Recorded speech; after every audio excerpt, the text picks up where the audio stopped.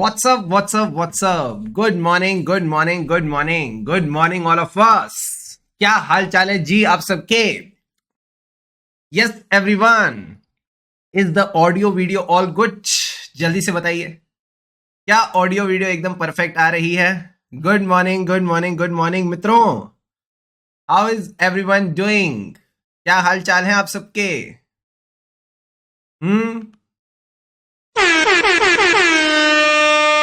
सब बढ़िया सर, सब बढ़िया. All is well, all is well, all is well. Great great great great great great. आप बता दो सर आप कैसे हो? मैं भी बहुत बढ़िया.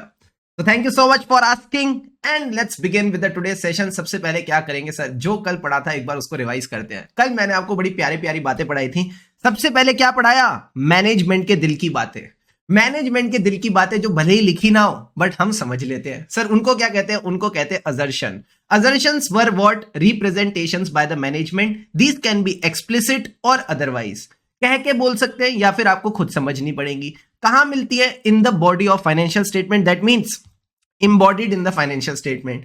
Used by the auditor to perform the procedures and detect the misstatement. तो कहीं ना कहीं कह सकते हो used by the auditor to consider different types of potential misstatements which may occur. फिर हमने जो assertion सीखी थी किसके बारे में थी? Balance sheet item, P&L item और नोट्स टू अकाउंट्स. जो बैलेंस शीट आइटम होते हैं उनको क्या बोलते हैं? Account balance. इनकी असर्शंस क्या थी? ERCV. Come on. ERCV. Existence, rights and obligation. Asset हमारे राइट है, लाइबिलिटी हमारी obligation. C for completeness, V for valuation and allocation. फिर हमने बात करी थी सर AB तो हो गया, C के बारे में बताओ. C का मतलब था class of transactions and events, यानी P&L वाले आइटम. जो हमारे P&L वाले आइटम है सर उसको क्या बोलते हैं? उसको बोलते हैं क्लास ऑफ ट्रांजैक्शन. इनकी असर्शंस क्या थी? OCACC. OCACC. OCACC का क्या मतलब था? अकरेंस, वो ट्रांजैक्शन एंटिटी के केस में अकर हुई है. C का मतलब था कंप्लीटनेस, हमने सारी ट्रांजैक्शन दिखाई हैं. A का मतलब था एक्यूरेसी, सही अमाउंट पे दिखाई है. और बाकी CC का क्या मतलब था? Classification and cut off. Cut off का मतलब था सही अकाउंटिंग पीरियड में दिखाई है. एंड लास्ट में मैंने कहा था presentation and disclosure are the notes to accounts. इसमें आप सारी की सारी बिरयानी बना दो. बस बिरयानी में दो एलिमेंट्स मत डालना, कट ऑफ और existence. Is this point clear? Yes sir. फिर हमने ये कुछ एग्जांपल्स करे थे और हमने अपना असर्शंस का टॉपिक कंप्लीट किया. लास्ट में मैंने आपको बताया negative assertion. Sir negative assertion का क्या मतलब है? मैनेजमेंट कह रही है ये नहीं है, मैनेजमेंट कह रही है ये नहीं है. Again the negative assertions can be implicit और explicit. Example of a explicit negative assertion. Management ने फाइनेंशियल स्टेटमेंट में साफ साफ लिखा है there is no contingent liability. जैसे ही इसने बोल दिया no contingent liability, it is a express negative assertion. Yes और नो? Yes sir. अब अगर मैनेजमेंट ने लिखा नहीं है बट आपको बैलेंस शीट में दिख रहा है बिल्डिंग है ही नहीं, आपको मैनेजमेंट की बैलेंस शीट में दिख रहा है बिल्डिंग है ही नहीं, तो क्या है ये? Implicit negative assertion. क्या यही बातें हमने असर्शंस में डिस्कस की थी? यस और नो? Yes sir. हमने यही बातें असर्शंस में डिस्कस की थी. फिर हम चले किसकी ओर? तेरी ओर, तेरी ओर, तेरी ओर, हाय रब्बा. हम चले चैप्टर 4 की ओर. हम चले चैप्टर 4 की ओर. सर चैप्टर 4 में क्या था? चैप्टर 4 में हमने पढ़ा कॉन्सेप्ट ऑफ ऑडिट रिस्क. ये जो ऑडिट रिस्क है ये किन दो चीजों से बना है? सर ऑडिट रिस्क का सबसे पहले तो मतलब ऑडिट गलत हो जाएगा, यानी आपका ऑडिट ओपिनियन गलत हो जाएगा.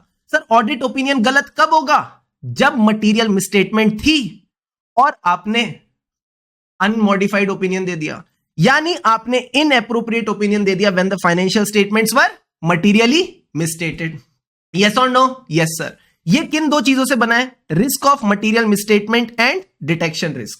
सबसे पहले बताओ रिस्क ऑफ मटेरियल मिसस्टेटमेंट का क्या मतलब है?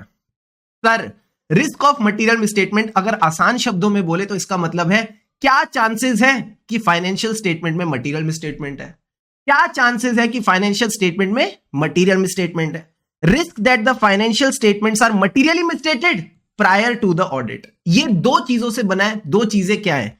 एक तो इनहेरेंट रिस्क है, एक कंट्रोल रिस्क. इनहेरेंट रिस्क का क्या मतलब था? बड़ी ही प्यारी definition, susceptibility. Susceptibility of an assertion. Assertion related to ABCD. ABCD क्या था? Account balance, class of transaction, disclosure. Susceptibility of an assertion about an ABCD to a misstatement. क्या चांसेस है किसी असर्शन में मिसस्टेटमेंट होगी जो कि मटेरियल होगी? material individually or when aggregated with other misstatement before considering the relevant control. Before considering the relevant controls. हमारे example में इनहेरेंट रिस्क कितनी थी सर? हमारे एग्जाम्पल में इनहेरेंट रिस्क 40% थी. Very good. ये फिर हमने इसके कुछ एग्जाम्पल्स डिस्कस करे. Very good sir. अब एक बात बताओ, कंट्रोल रिस्क क्या है? कंट्रोल रिस्क है जो कंट्रोल्स आपने लगाए हैं प्रिवेंट, डिटेक्ट और करेक्ट करने के लिए. पीडीसी, जो कंट्रोल्स आपने लगाए हैं प्रिवेंट, डिटेक्ट और करेक्ट करने के लिए, वो प्रिवेंट, डिटेक्ट और करेक्ट नहीं कर पाएंगे. यानी क्या चांसेस है, क्या रिस्क है that a misstatement about an assertion related to ABCD that could be material individually or when aggregated will not be prevented, detected or corrected by the internal controls in a timely manner. Is this point clear? Yes sir. हमारे example में ये क्या थी? हमारे example में control risk क्या थी sir? हमारे एग्जाम्पल में जो कंट्रोल रिस्क थी वो थी, जितना मुझे याद आ रहा है, 25%. कहीं ना कहीं 25% की कंट्रोल रिस्क थी. यानी controls were 75% effective and 25% control risk थी. अब सर एक बात बताओ, अगर कंट्रोल्स एफिशिएंट होंगे तो कंट्रोल रिस्क नीचे जाएगी, अगर कंट्रोल्स एफिशिएंट नहीं होंगे तो कंट्रोल रिस्क बढ़ जाएगी. यानी दोनों के बीच में क्या थी? Inverse relation. दोनों के बीच में ही कहीं ना कहीं इनवर्स रिलेशन रहती है. समझ गए सर? फिर हमने कहा risk of material misstatement 2 level पे होगी. यही सवाल मैंने आपको क्वेश्चन ऑफ द डे में दिया था. पहला लेवल क्या है? Risk is pervasive. Risk is related to many assertion. It is at the financial statement level. दूसरा लेवल क्या था? Assertion level. दूसरा था असर्शन लेवल. यानी assertion level means it relates to individual ABCD, individual account balance, individual class of transaction, individual disclosure. Clear है? Clear है sir. हम ये रिस्क क्यों देखते हैं? ताकि हमको पता चल सके हमको कितनी टेस्टिंग करनी है to obtain the audit evidence. फिर हमने डिस्कस करी डिटेक्शन रिस्क. डिटेक्शन रिस्क क्या थी? जो ऑडिटर ऑडिट प्रोसीजर्स करेगा to reduce the audit risk to an acceptable level, sir वो ऑडिट प्रोसीजर्स डिटेक्ट नहीं कर पाएंगे material misstatement. Risk that the procedures performed by auditor to reduce the audit risk to an acceptably low level will not detect a misstatement that could exist, which could be material individually or when aggregated with other misstatements. That is called a detection risk. मजा आ गया? मजा आ गया sir. Now sir, what is not included in audit risk? 2 चीजें. एक तो गलत audit opinion जब material misstatement नहीं है. दूसरा ऑडिट की बिजनेस रिस्क. जो ऑडिटर की बिजनेस रिस्क है कि कल को उसकी फर्म को लॉसेस हो जाए, कल को उसकी फर्म की बदनामी हो, ये सब चीजें ऑडिट रिस्क का पार्ट नहीं बनती.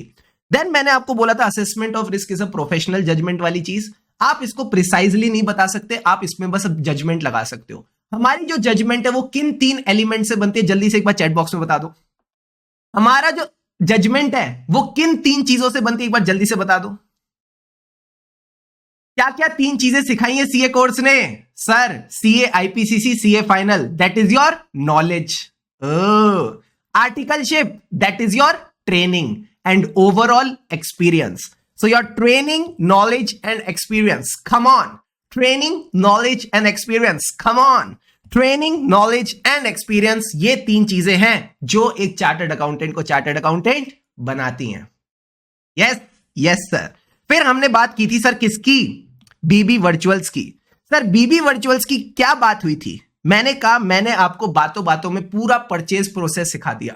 जो शायद आप किसी बिग 4 में जाके सीखते, वो मैंने आपको क्लास में बैठे बैठे बता दिया. एक परचेज प्रोसेस में क्या कंट्रोल्स होते हैं, क्या रिस्क होती है. तो मैंने आपको वॉक थ्रू कराया. सर वॉक थ्रू मतलब आप मेरे साथ साथ चले, आपने पूरा प्रोसेस मेरे साथ देखा और देखा कहां कंट्रोल्स हैं, कहां रिस्क है. तो जो पहला प्रोसीजर आपने किया अंडरस्टैंडिंग वाला, उसको क्या कहते हैं? रैप.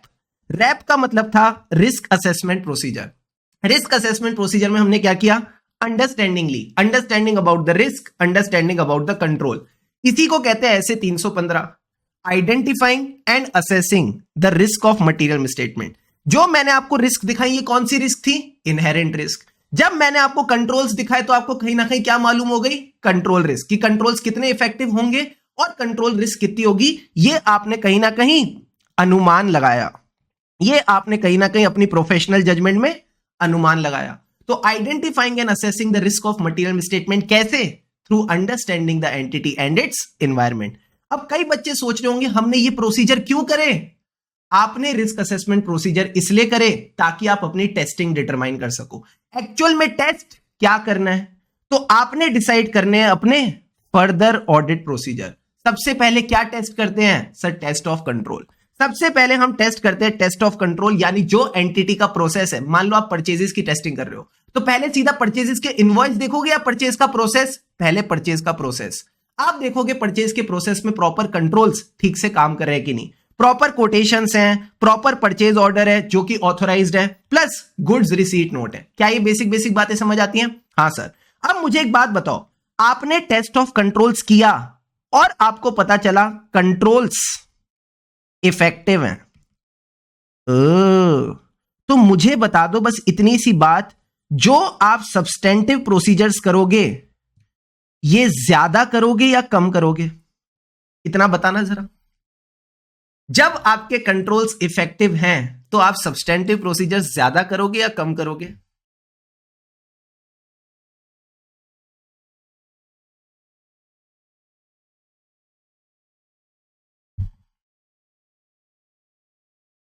कम करेंगे सर। कहीं ना कहीं अगर कंट्रोल्स इफेक्टिव हुए तो कम सब्सटेंटिव प्रोसीजर्स में भी काम चल जाएगा। तो कंट्रोल्स में जब आप प्रोसेस देख रहे हो, सब्सटेंटिव प्रोसीजर में आप वो अमाउंट चेक कर रहे हो कि परचेजेस की जो अमाउंट है वो एक्चुअल में अमाउंट क्या है। तो इसके दो तरीके हैं, एक तो टेस्ट ऑफ डिटेल्स कर सकते हो एंड दूसरा आप एनालिटिकल प्रोसीजर्स कर सकते हो। टेस्ट ऑफ डिटेल्स मतलब D for details, D for documentation. तो जो भी वाउचिंग वेरिफिकेशन होती है, जो भी आपको इनवॉइसिंग वगैरह देखनी होती है, वो सब आप देख सकते हो। एंड एनालिटिकल प्रोसीजर्स में आप रेशियो एनालिसिस वगैरह करते हो। क्या यही बातें हमने कल डिस्कस की थी? यस और नो? Yes sir. तो देखो 12 मिनट लगे, कहीं ना कहीं हमको 12 मिनट लगे और सारे के सारे कॉन्सेप्ट्स हमने आराम से रिवाइज कर लिए। फिर हम गए थे सर चैप्टर पे, और चैप्टर में मैंने आपको ये जो रिस्क असेसमेंट प्रोसीजर था इसी का एक एडवांस्ड वर्जन पढ़ाया था। इसके 4 पॉइंट जल्दी से बता दो सारे बच्चे। सर 4 पॉइंट्स कैसे थे? सर ये कैसे पता चलेगा कि कंट्रोल इफेक्टिव है? नलायक टेस्ट ऑफ कंट्रोल करके। जब आपने टेस्ट कर लिया कंट्रोल ठीक है तो आपको पता चल गया इफेक्टिव है कि नहीं। बिना चेक करे नहीं पता चलता ना। अब इधर आ जाओ सर, अब इधर आ जाओ सर। हमने इसके बाद क्या किया था? हमने देखा रिस्क असेसमेंट प्रोसीजर क्या थे। तो वही 315 का नाम, identifying and assessing the risk of material misstatement. कैसे? Through understanding the entity and its environment including the internal control. अब इसी को खोल दो। पहली लाइन में क्या आएगा? Identifying the risk. दूसरी लाइन में क्या आएगा? Assessing the risk. ये देखना है कि रिस्क परवेसिव है या नहीं। सर रिस्क रिस्क बहुत हो गया, रिस्क है तो कंट्रोल है, रिस्क है तो कंट्रोल है। यानी आपका जो थर्ड पॉइंट होगा, जो रिस्क है इसका मतलब क्या है कि क्या गलत हो सकता है। अनऑथोराइज्ड परचेजेस हो सकती हैं, बिना कोटेशन के परचेजेस हो सकती है। सो जो रिस्क है उसको रिलेट कर दो, क्या गलत हो सकता है, what can go wrong, plus जो कुड गो रॉन्ग उसके लिए हमने कंट्रोल लगाया है। तो this could be related to the relevant control. And last point भूल गए? मैंने कहा लास्ट पॉइंट तो तुम कभी नहीं भूलोगे, लास्ट पॉइंट तो तुम कभी नहीं भूलोगे। जल्दी से बताओ लास्ट पॉइंट क्या था? मैंने कहा लास्ट पॉइंट था भूकंप। भूकंप से डर लगता है या वो वाले भूकंप से? सर वो वाले भूकंप से। वो वाले भूकंप यानी कहीं ना कहीं there is a likelihood of misstatement, plus अगर मिसस्टेटमेंट होगी तो उसका इतना मैग्नीट्यूड होगा, इतनी अमाउंट होगी कि वो मटेरियल मिसस्टेटमेंट हो सकती है। गौचा गौचा सर। तो ये जो 14 मिनट्स की रिवीजन है ये मैं आपके गूगल ड्राइव में डलवा दूंगा।